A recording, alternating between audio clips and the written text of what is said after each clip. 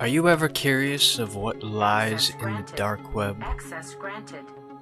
Do you want to discover as you go deeper and deeper upon layers of files and onion links?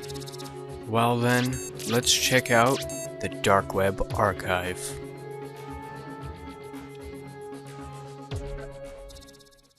Case file: Cryptid, Aquatic, Montauk, number 0386.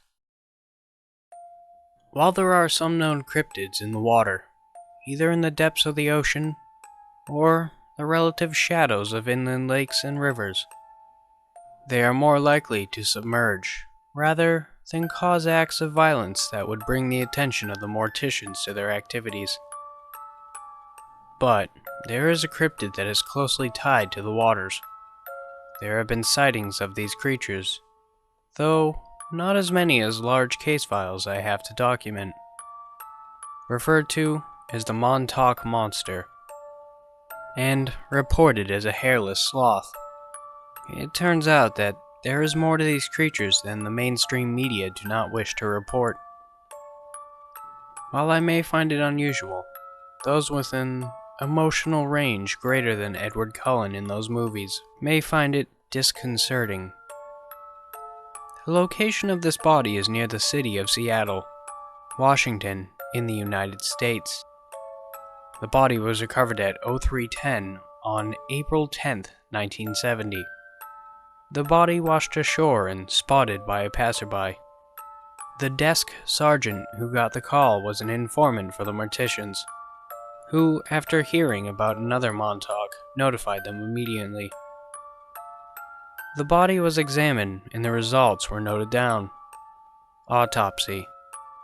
Cause of death was suffocation. The biology, as noted in the other Montauk autopsies. Not that the creature was adapted to aquatic life, as evidenced by the gills in the side of the neck and beneath the armpits. The skin is soft, and the evidence of scale molting is detectable around the hands and feet. The brain is shown to have regressed from the original human body.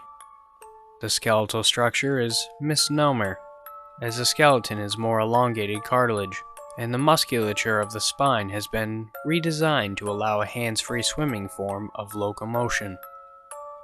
Speculation on the Montauks, as this is all theoretical and conjecture. There has been no case of a living Montauk being captured to prove or deny these theories.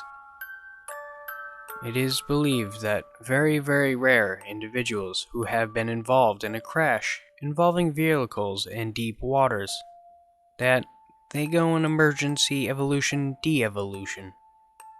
These highly unique individuals are theoretical, as the DNA of the Montauks and regular humans is different in some key areas. However, the rest is mixed with fish DNA, which takes into account the gills and scales.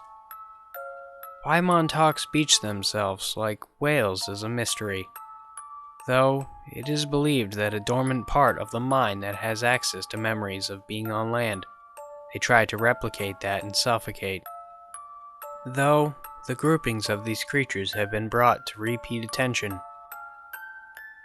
Panama, Japan, Australia, theoretically, and the coastlines of the US seem to be the major points of these creatures, but the reasons are not readily apparent.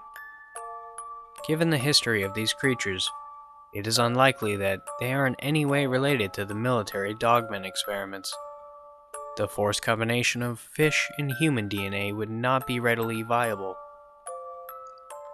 Dolphin would theoretically be better, but we are not here to correct the scientific experiments of those with no moral compass, just to document the strange creatures of this world, and any corpses they either make or leave behind.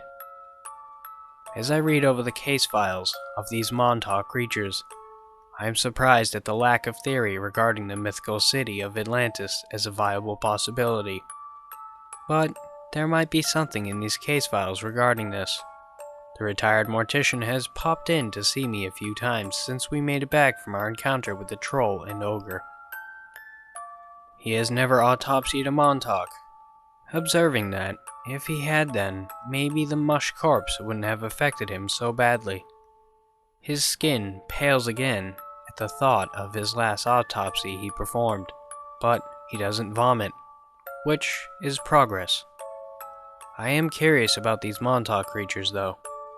If the theory is true that they are truly rare humans who can do a rapid form of evolution, I ponder whether it is a step forwards or backwards for evolution in human beings. The former mortician has asked if I would be willing to accompany him on further excursions, or even actual cryptid hunts, for the more dangerous ones out there. I stated in explicit terms that I would not hunt a skinwalker without significant firepower or greater knowledge of them. That was when the mortician showed me files I had pushed aside in favor of more intriguing cryptids. He noted that all of the cryptids seemed to abandon areas where mush corpses were recovered for months. As I have repeated these mush corpses in the past, I will give a very brief overview. Mush corpses are humans who have, thanks to modern technology and the ability to record audio, have apparently been subjected to hundreds of deaths in a perverse Groundhog Day loop.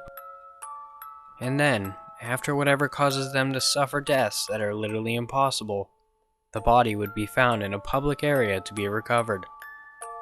However, the overwhelming trauma has reduced everything that is not the skin into mush. This isn't visually detectable. Only tactical inspections reveal the horrifying discovery. It is of little wonder why these discoveries force morticians to quit and apparently swear off soft foods altogether. Even the ambulance drivers who had to transport the body quit immediately after delivery of the body. At first, it was assumed that the deaths were caused by some unknown organism. However, due to an aforementioned commercial flooding of portable recording technology, you can listen to every single death the victim has endured. They seem to be unaware of their fates unless they can see the cause. The one thing that really makes these bodies so upsetting is that the skin is completely unharmed.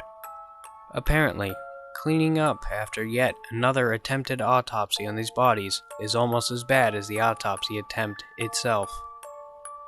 Hey everyone, thanks for watching. I appreciate it a lot. And also, big thanks to my patrons, and if you want to support me, the link to my Patreon is in the description below. And if you want to hear more scary stories in the future, don't forget to like, subscribe, and comment on this video. Thank you.